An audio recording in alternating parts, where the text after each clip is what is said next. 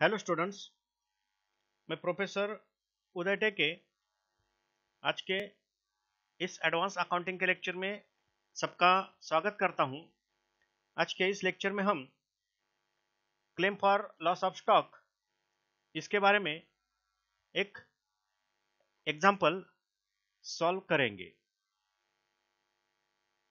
तो ये है वो एग्जाम्पल।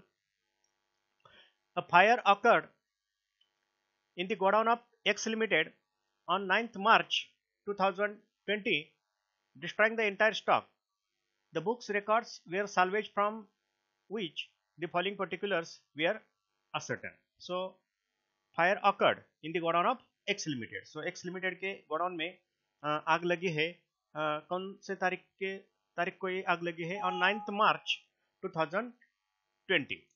9th मार्च 2020 को ये आग लगी है और डिस्ट्रॉइंग द एंटायर स्टॉक, और सब जो स्टॉक है डिस्ट्रॉय हुआ है। The book records were salvage from which following particulars were ascertain, और जो बुक्स रिकॉर्ड्स है वो कुछ उसमें से बचे हैं। साल्वेज फ्रॉम फायर, उसमें से फॉलोइंग पर्टिकुलर्स वेयर असर्टेन, और ये कुछ पर्टिकुलर्स मालूम है यहाँ। तो देखो, पहले sales for the year sales for the year 2019 10 lakh 1000. Next, sales for the period 1st January 2020 to 8th March 2020. Then purchase for the year 2019. Then purchases for the period 1st January 2020 to 8th March 2020. Then stock on 1st January 2019, and then stock on 31st December 2019. The company has, following the practice of valuing stock of goods at actual cost plus 10%. So, company का जो practice है stock का valuation करने का, वो practice कैसा है?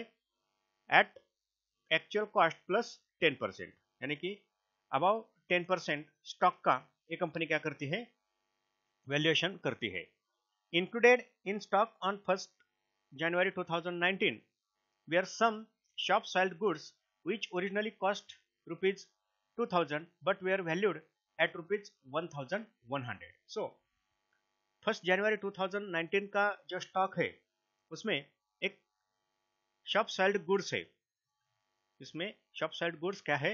Include है which originally cost, जिसकी ओरिजिनली कॉस्ट कितनी है? 2000, बट उसका जो वैल्यूएशन है वो वैल्यूएशन कितना हुआ है? 1100, यानी कि ये वैल्यूएशन इसका किया गया है। This goods were sold during the year 2019 for rupees 1000, और ये जो शॉप सोल्ड गुड्स है जिसका वैल्यूएशन 1100 रुपीज हुआ है, ये गुड्स क्या हुए हैं? This goods were sold during the year 2019 में इस शॉप सोल्ड गुड्स को क्या किया है? सोल्ड आउट किया है। और कितने अमाउंट को ये सोल्ड आउट किया है? Rupees 1000।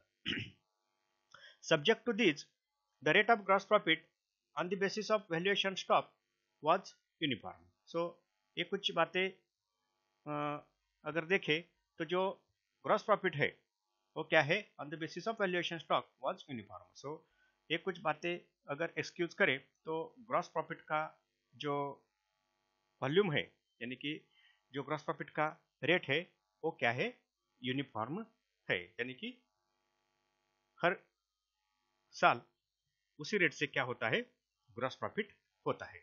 So, you are required to ascertain the value of stock destroyed. So, जो स्टॉक डिस्ट्रॉय हुआ है उसको हमें क्या करना है? असर्टन करना है। तो एक गोडाउन है एक्स लिमिटेड का, 9 मार्च को 2020 में आग लगी है, स्टॉक डिस्ट्रॉय हुआ है, और इसमें कुछ जो एडिशनल इंफॉर्मेशन है, ओवर वैल्यूएशन है स्टॉक का, स्टॉक में कुछ शॉप सोल्ड गुड्स है उसका वैल्यूएशन है, या फिर उसको फिर बेचा भी गया है, और इसको ध्यान में रखकर हमें क्या करना है? जो स्टॉक डिस्ट्रॉयड हुआ है ड्यू टू फायर, उसको क्या करना है? कैलकुलेट करना है। ठीक है, कैलकुलेट करेंगे। पहली स्टेप लेने से पहले हमें क्या देखना पड़ता है? डेट ऑफ फायर, आग कब लगी है उसको पहले हमें क्या करना पड़ता है? क्लियर करना पड़ता है। तो ये 9 मार्च 2020 को आग लगी है। तो उसके पीछे का जो फिनेंशियल ईयर है, इमीडिएट प्रीसीडिंग ईयर जो है, उस प्रीसीडिंग ईयर का क्या किया जाता है, जो ग्रॉस प्रॉफिट है वो ग्रॉस प्रॉफिट कंसिडर किया जाता है। तो इमीडिएट प्रीसीडिंग ईयर कब क्लोज हुआ होगा, ये जो डेटा है उससे ये पता चलता है। सेल्स है 2019 के, देन सेल्स है, देन परचेसेस है, स्टॉक है और स्टॉक है। ये जो लास्ट लाइन है इसमें से पता चलता है कि इस कंपनी का जो फिनेंशियल ईयर है वो कौन से तारीख को क्लोज होता है, 31 दिसंबर को क्लोज होता है। सो ये जो इमीडिएट प्रीसीडिंग ईयर है वो कब खत्म हुआ होगा, 31 दिसंबर 2019 को इमीडिएट प्रीसीडिंग ईयर क्या हुआ होगा, खत्म हुआ होगा। तो उस इमीडिएट प्रीसीडिंग ईयर का जो ग्रॉस प्रॉफिट है वो ग्रॉस प्रॉफिट हमें कैलकुलेट करना पड़ेगा। इसलिए उस ईयर का यानी कि 2019 का जो ट्रेडिंग अकाउंट है वो ट्रेडिंग अकाउंट स्टेप नंबर 1 में हमें तैयार करना पड़ेगा। तो स्टेप नंबर 1 में हम क्या करते हैं, ये स्टेप नंबर 1 जिसमें जो ट्रेडिंग अकाउंट है वो ट्रेडिंग अकाउंट तैयार करते हैं। सो trading account for the year ended as on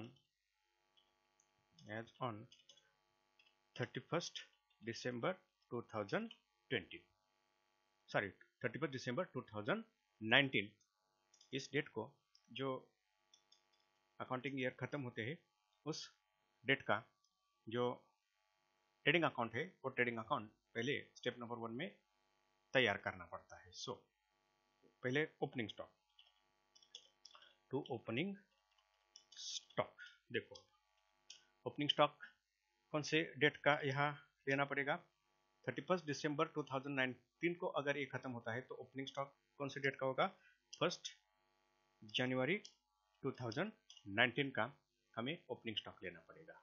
तो 1 जनवरी 19 का ओपनिंग स्टॉक, देखो ये स्टॉक है, स्टॉक ऑन 1 जनवरी 2019 3,31,100, देखो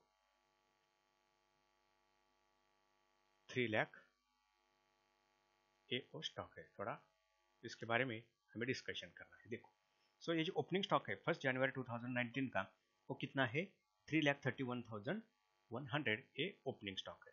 देखो अब इस स्टॉक के बारे में कुछ हमें जानकारी एडिशनल दी है, जो एडिशनल इंफॉर्मेशन है वो हमें देखना है। देखो The company has been following the practice of valuing the stock of goods at actual cost plus 10%, ठीक है। आगे देखो, included in the stock on 1st January 2019 were some shop sold goods which originally cost rupees 2000 but were valued at rupees 1100। तो ये adjustment यहाँ हमें क्या करनी है, सॉल्व करनी है।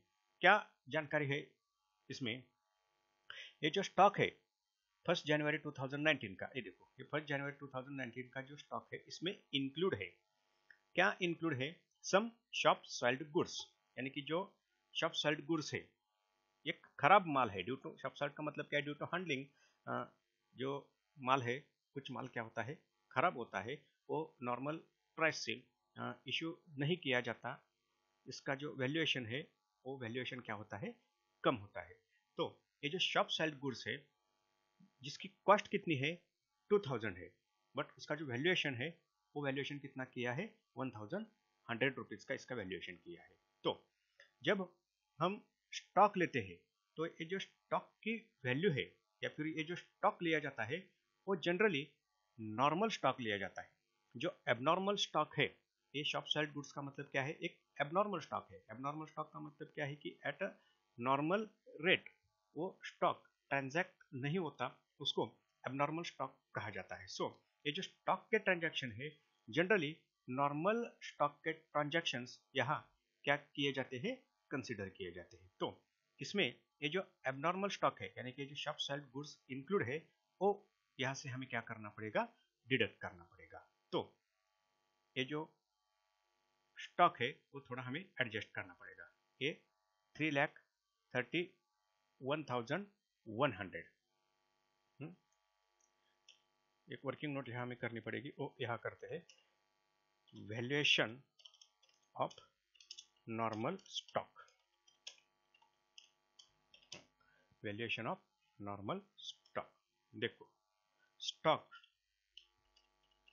एज ऑन 1 जनवरी 2019 कितना स्टॉक है? ये हुआ स्टॉक है 3,31,100। इसमें से जो शॉप सेल्ड गुड्स है less value of shop sold goods, उसको यहाँ से क्या करना पड़ेगा? कम करना पड़ेगा। और इसका शॉप सेल्ड वैल्यूएशन कितना है? देखो मैं फिर आपको दिखाता हूँ। वैल्यूएशन कितना है? इसकी कॉस्ट है 2000, बट वैल्यूएशन कितना किया गया है? 1100। यानी कि इस वैल्यू में 1100 ये वैल्यू किसकी है? शॉप सेल्ड गुड्स की है। वो क्या करनी पड़ेगी? डिडक्ट करनी पड़ेगी। सो 1100 ये शॉप सेल्ड गुड्स का क्या है? वैल्यूएशन है 1100। इसको हम क्या करते हैं? डिडक्ट करते हैं। तो जो फिगर मिलती है वो फिगर कितनी होगी? 3,30,000। ये नॉर्मल स्टॉक की क्या है? फिगर है। इसको क्या कहा जाता है? Normal stock. Value of normal stock, ये क्या है? नॉर्मल स्टॉक की वैल्यू है। वैल्यू ऑफ नॉर्मल स्टॉक कितनी वैल्यू है नॉर्मल स्टॉक की? 3,30,000। अब देखो और एक एडजस्टमेंट इसके बारे में हमें कंसिडर करनी है। वो एडजस्टमेंट क्या है? देखो, ये जो पहला स्टेटमेंट है, the company has been following the practice of valuing the stock of goods at actual cost plus 10%। So company का स्टॉक वैल्यूएशन का एक प्रैक्टिस कैसा है, पॉलिसी कैसी है? जो एक्चुअल कॉस्ट है उसमें से या फिर उसमें 10% ऐड करके, प्लस 10% ऐड करके स्टॉक का क्या किया जाता है? वैल्यूएशन किया जाता है। यानी कि अगर 100 रुपीज का स्टॉक है, तो इसमें 10% क्या किया जाता है? 10% ऐड किया जाता है। तो 100 रुपीज जो स्टॉक है, यानी कि कॉस्ट अगर 100 रुपीज है तो इसका वैल्यूएशन कितना होता है? 110, यानी कि 110 ये इसका क्या होता है? वैल्यूएशन होता है। सो स्टॉक के जो ट्रांजैक्शन है एट कॉस्ट ट्रेडिंग अकाउंट में क्या किए जाते हैं? रिकॉर्ड किए जाते हैं। तो ये जो ओवर वैल्यूएशन है 10%, ये ओवर वैल्यूएशन हमें यहाँ क्या करना पड़ेगा? कैंसिल करना पड़ेगा। सो ये जो फेयर वैल्यूएशन है स्टॉक का, यानी कि कॉस्ट वैल्यू जो है, वो कॉस्ट वैल्यू हमें क्या करनी पड़ेगी? कंसिडर करनी पड़ेगी। मैं फिर से बता देता हूँ, ये जो स्टॉक का वैल्यूएशन है वो वैल्यूएशन कैसे किया जाता है? Actual cost plus 10%। यानी कि जो 100 रुपीज अगर स्टॉक की कॉस्ट है तो ये स्टॉक ट्रेडिंग अकाउंट में या फिर वैल्यूएशन करते वक्त 100 रुपीज से नहीं किया, तो ये कितने अमाउंट से किया गया है? 10% प्लस करके, यानी कि 10% ज़्यादा किया गया है। तो अगर 100 का 10% निकालते हैं तो कितना आता है? 10 आता है। तो वैल्यूएशन कितना होगा फिर? 110, यानी कि 110 ये इसका वैल्यूएशन है। तो हमें ये जो ओवर वैल्यूएशन का जो लोड है वो क्या करना पड़ेगा? कैंसिल करना पड़ेगा। तो ये वैल्यू ऑफ नॉर्मल स्टॉक है। सो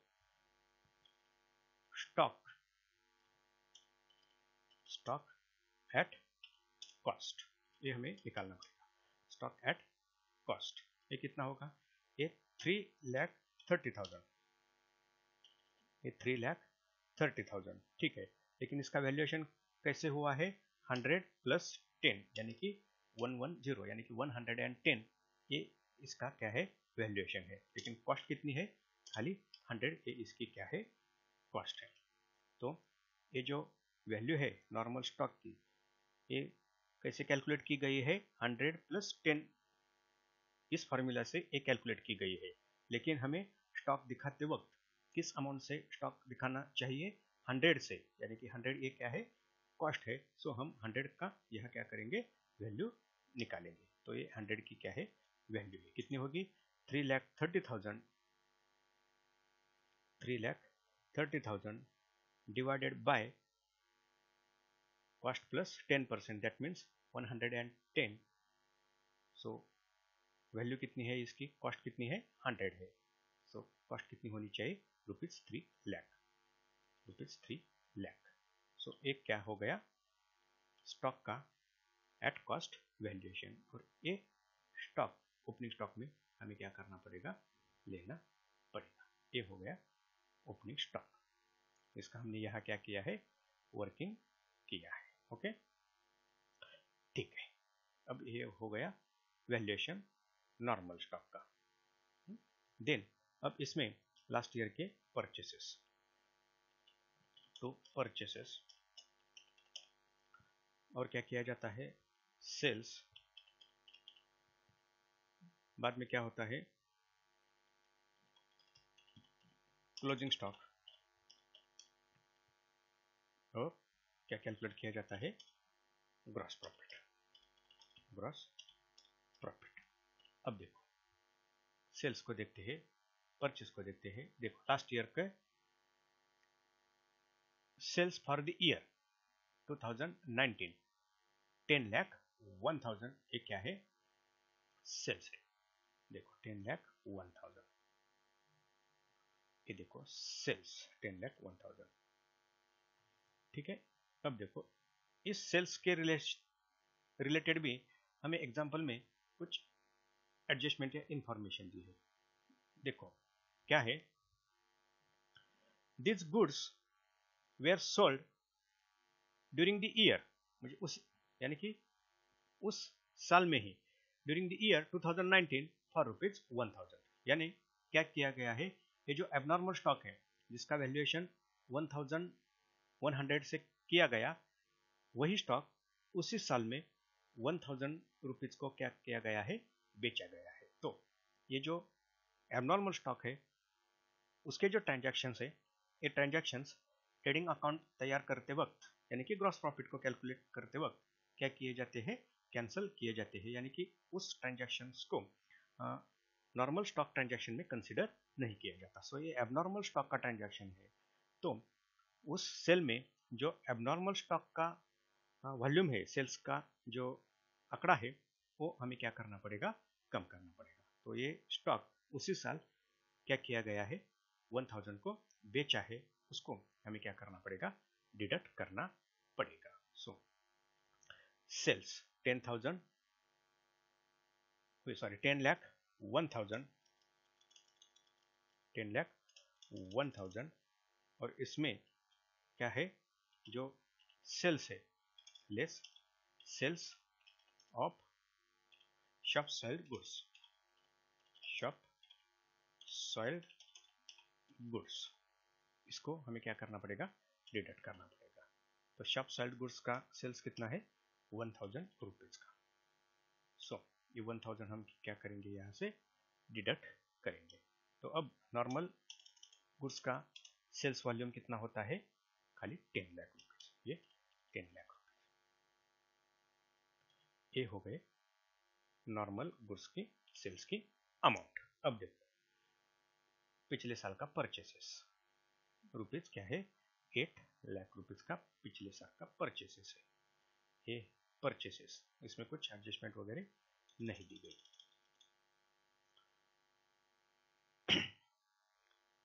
ठीक है. देखो फिर ओपनिंग स्टॉक, सेल्स, परचेसेस. अब हमें क्या निकालना है, क्लोजिंग स्टॉक और ग्रॉस प्रॉफिट. सो इस ट्रेडिंग अकाउंट का पर्पज क्या होता है, to find out gross profit. तो हमें उस ट्रेडिंग अकाउंट का जो क्लोजिंग स्टॉक है, इस ट्रेडिंग अकाउंट में जो हम क्लोजिंग स्टॉक लेते हैं, वो क्लोजिंग स्टॉक इस एग्जांपल में दिया होगा. तो देखो 2019 का ये क्लोजिंग स्टॉक है 3,85,000. ये क्या है, क्लोजिंग स्टॉक है. ये देखो ये क्लोजिंग स्टॉक है. अब देखो ये जो क्लोजिंग स्टॉक है, ये पॉलिसी क्या है इस बिजनेस की, पहले ही स्टेटमेंट में ये पॉलिसी दी है. The company has been following the practice of valuing the stock of goods at actual cost plus 10%. So ये जो स्टॉक है क्लोजिंग स्टॉक, इसका भी वैल्यूएशन कैसे किया गया होगा, 100 + 10 यानी कि 110 यानी कि 110 इस आंकड़े से इसका वैल्यूएशन किया गया होगा। तो अब हमें इसको क्या करना पड़ेगा, इसमें से जो लोड है 10% का वो कैंसिल करना पड़ेगा। अब देखो ये एक एक का हमने किया है। अब cost of stock as on 31st December 2019, कितना है ये स्टॉक, 3,85,000। वैल्यूएशन कैसे है, कॉस्ट प्लस 10% यानी कि 110 यानी कि कॉस्ट प्लस 10% यानी कि 110, लेकिन कॉस्ट कितनी है इसकी, रुपीज खाली 100। तो ये इसका वैल्यूएशन होगा, यानी कि सॉरी ये इसकी क्या होगी, कॉस्ट होगी। तो देखो 3,85,000 डिवाइडेड बाय, ये वैल्यूएशन कैसे है, 100 + 10 इज इक्वल टू वैल्यू कितनी है इसकी, यानी कि कॉस्ट कितनी है इसकी, खाली 100 रुपीज। सो 3,50,000 ये इसका क्या है, कॉस्ट वैल्यूएशन है। 3,50,000 ये इसकी क्या है, कॉस्ट है। 3,50,000 ये इसका क्या है, कॉस्ट वैल्यूएशन हो गया। ठीक है, तो अब क्लोजिंग स्टॉक भी हमें मिल गया। अब बैलेंसिंग फिगर क्या होगी, ग्रॉस प्रॉफिट होगी।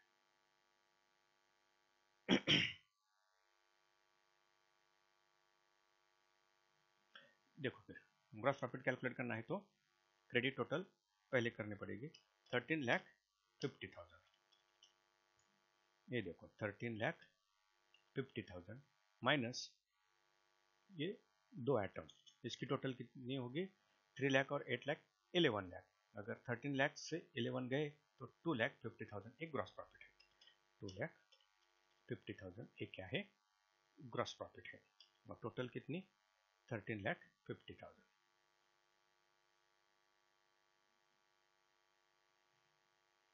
सो ग्रॉस प्रॉफिट कितना हो गया, 2,50,000। ओके, सो अब जो स्टेप नंबर 2 है वो स्टेप नंबर 2 हमें क्या करनी पड़ेगी, फॉलो करनी पड़ेगी।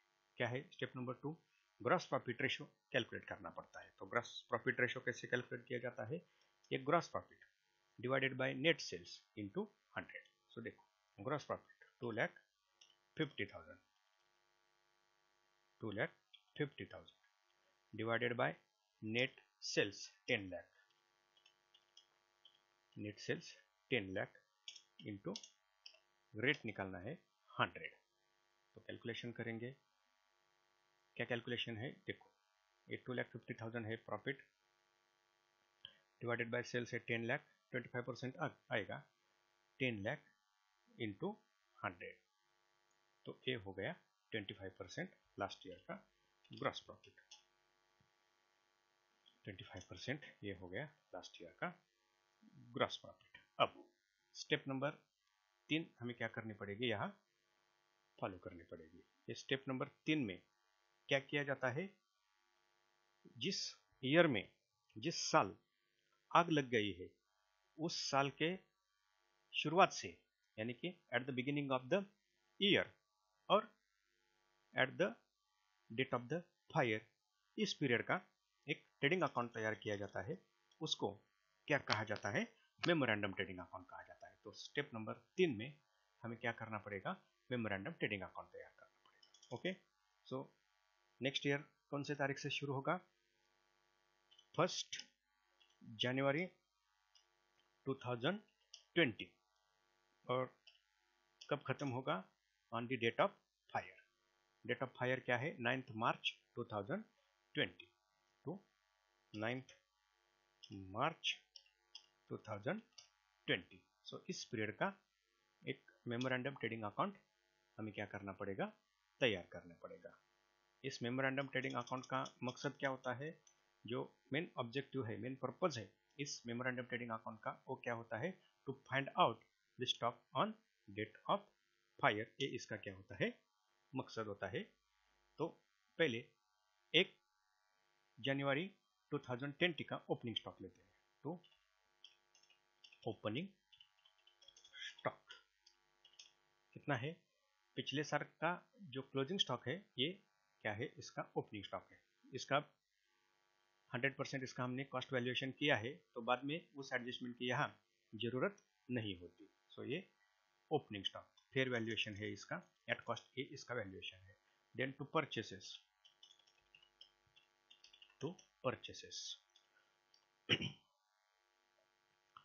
क्या है इस पीरियड की परचेसेस की अमाउंट? देखो, purchases for the period was 1 January 2020 to 8 March, यानी कि आग लगने के पीछे का पहला दिन, आग लगने के तारीख का पिछला दिन, वो क्या है? 8 मार्च, और उस डेट की जो परचेसेस है वो है 1,25,000। सो ये हो गए 1,25,000 परचेसेस। अब इस पीरियड से रिलेटेड जो सेल्स है, बाय सेल्स, वो सेल्स का वॉल्यूम कितना है? देखो, sales for the period 1 January 2020 to 8 March 2020, ये सेल्स का वॉल्यूम है ₹3 लाख। इसमें कुछ एडजस्टमेंट वगैरह नहीं है। ठीक है, अब ओपनिंग स्टॉक है, परचेसेस है, सेल्स है, बाद में क्या किया जाता है? टू ग्रॉस प्रॉफिट, और क्या किया जाता है? जो स्टॉक है, क्लोजिंग स्टॉक, ये क्लोजिंग स्टॉक, क्लोजिंग का मतलब यहाँ क्या है? जिस तारीख को आग लगी उस तारीख का ये क्या होता है? स्टॉक होता है। तो ब्रैकेट में हम लिखते हैं stock on date of fire, stock on date of fire. इसको क्या किया जाता है? ट्रेडिंग अकाउंटिंग का बैलेंसिंग करके ये कैलकुलेट किया जाता है, इसलिए इसको हम क्या करते हैं? Balancing figure. इसलिए इसको क्या कहा जाता है? बैलेंसिंग फिगर कहा जाता है। तो देखो, ओपनिंग स्टॉक है, परचेसेस है, सेल्स है, क्लोजिंग स्टॉक को हमें कैलकुलेट करना है। तो पहले हम क्या करेंगे? ग्रॉस प्रॉफिट निकालेंगे। तो ग्रॉस प्रॉफिट कैसे निकाला जाता है? जो पिछले ईयर का ग्रॉस प्रॉफिट है वही इस साल भी कंटिन्यू होगा, ये एज्यूम किया जाता है, और उसी रेट से क्या किया जाता है? ग्रॉस प्रॉफिट कैलकुलेट किया जाता है। और इसके बारे में हमें एग्जाम्पल में भी क्या होती है? जानकारी दी होती है। वो क्या जानकारी है? देखो, सब्जेक्ट टू दिस, यानी कि जो कुछ एडजस्टमेंट हमने किए, subject to this the rate of gross profit on the basis of valuation of stock was uniform, यानी कि पिछले साल जो वैल्यूएशन हुआ था स्टॉक का, उसको बेचा भी गया था, वो सब अगर हम एडजस्ट करते हैं और उसके बाद जो ग्रॉस प्रॉफिट आता है वही ग्रॉस प्रॉफिट, वही रेट नेक्स्ट ईयर में भी क्या होता है? कंटिन्यू होता है। तो पिछले साल का ग्रॉस प्रॉफिट का रेट कितना है? 25%। तो इस साल यानी कि 2020 में भी कितना ग्रॉस प्रॉफिट होगा? 25% ही ग्रॉस प्रॉफिट होगा। तो देखो, ग्रॉस प्रॉफिट हम निकालते हैं। इस साल की सेल्स की अमाउंट कितनी है? ₹3 लाख। ये है सेल्स की अमाउंट, ₹3 लाख, और इसको मल्टीप्लाई किससे करना है? 25% ग्रॉस प्रॉफिट है। तो देखो, 3 लाख का 25%, ये 3 लाख, इसका कितना? 25%। ये देखो, सॉरी, 3 लाख डिवाइडेड बाय 100, और इसका 25%, कितना? 75,000, ये ग्रॉस प्रॉफिट है। ये 75,000 ये क्या है? इस पीरियड का ग्रॉस प्रॉफिट है। तो ग्रॉस प्रॉफिट अब मिल गया। जो बैलेंसिंग फिगर होगी वो क्या होगी? क्लोजिंग स्टॉक की। तो बैलेंसिंग फिगर हमें कैलकुलेट करनी है, तो डेबिट जो साइड है उसको पहले हमें क्या करना पड़ेगा? उसका टोटल करना पड़ेगा। तो देखो, ये 3,50,000 ओपनिंग स्टॉक प्लस 1,25,000 परचेसेस की वैल्यू है ये, और प्लस ये ग्रॉस प्रॉफिट हमने कैलकुलेट किया वो है 75,000। सो टोटल कितनी है? 5,50,000। 5,50,000 50,000 और इस 5,50,000 से हम ये सेल्स क्या करते हैं, डिडक्ट करते हैं। तो अमाउंट कितनी बचती है, 2,50,000। 2,50,000 एक क्या है, stock on date of fire है, बैलेंसिंग फिगर। ये क्या है, stock on date of fire है। अब देखो हमें क्या कहा है, you are required to ascertain the value of stock destroy. So ये क्या है, stock on date of fire है। कितनी अमाउंट है stock on date of fire की, वो है 2,50,000। अब इसमें से हमें डिस्ट्रॉय कितना हुआ है वो क्या करना है, कैलकुलेट करना है। देखो साल्वेज वगैरह कुछ बताया नहीं एग्जाम्पल में, हमने सब ये एग्जाम्पल पढ़ा है। तो जितना stock on date of fire है वो सभी स्टॉक क्या हुआ है, खत्म हुआ है। देखो पहले लाइन में कहा है डिस्ट्रॉइंग द एंटायर स्टॉक। सो ये एंटायर स्टॉक क्या है, डिस्ट्रॉय हुआ है। सो स्टेटमेंट ऑफ क्लेम क्या है, stock on date of fire कितना है, stock on date of fire 2,50,000 और इसमें से हम क्या करते हैं, जो साल्वेज है उसको हम डिडक्ट करते हैं, लेस साल्वेज, इसको हम क्या करते हैं, डिडक्ट करते हैं। साल्वेज इस एग्जांपल में नहीं, कुछ स्टॉक बचा नहीं, तो साल्वेज क्या है, नील है। तो यही स्टॉक क्या है, 2,50,000।